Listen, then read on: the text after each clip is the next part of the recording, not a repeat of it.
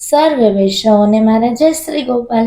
આજે આપણે પ્રભુ શ્રી ગોપાલલાલજી જ્યારે 3 માસના હતા તે લીલાનું વર્ણન કરવા જઈ રહ્યા છીએ, જેની શરૂઆત આપણે શ્રી ગોપાલલાલજીની વંદનાથી કરીએ.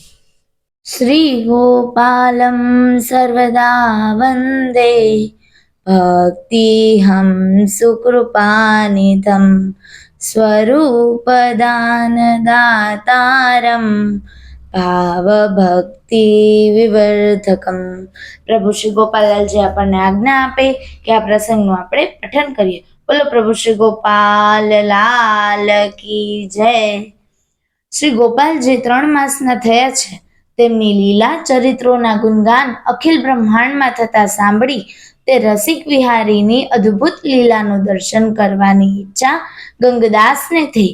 ગંગદાસને શ્રીનાથજીના સ્વરૂપમાં આસક્તિ હતી અને સાંભળ્યું જે આજે પ્રગટ પ્રમાણ શ્રીનાથજીના સ્વરૂપે શ્રી ગોપાલજી અનેક ચરિત્રો દેખાડે છે તે જોવાની ઈચ્છાથી શ્રી રઘુનાથજીના આંગણામાં આવ્યા અને ત્યાં ખેલતા શ્રી ગોપાલજીને ગોદમાં લઈ લીધા અને ગોદમાં લેતા જ શ્રીનાથજીના સ્વરૂપનું દર્શન થતાં ઘણું જ અચરજ પામ્યા, આનંદ મગ્ન બની ગયા, દેહ દશા વિસરાઈ ગઈ.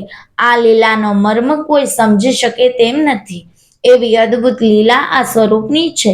પોતાના મનની સર્વ ભ્રમણા ટળી ગઈ અને કહેવા લાગ્યા કે આ તો રસિકજનોના જીવન પ્રાણ છે.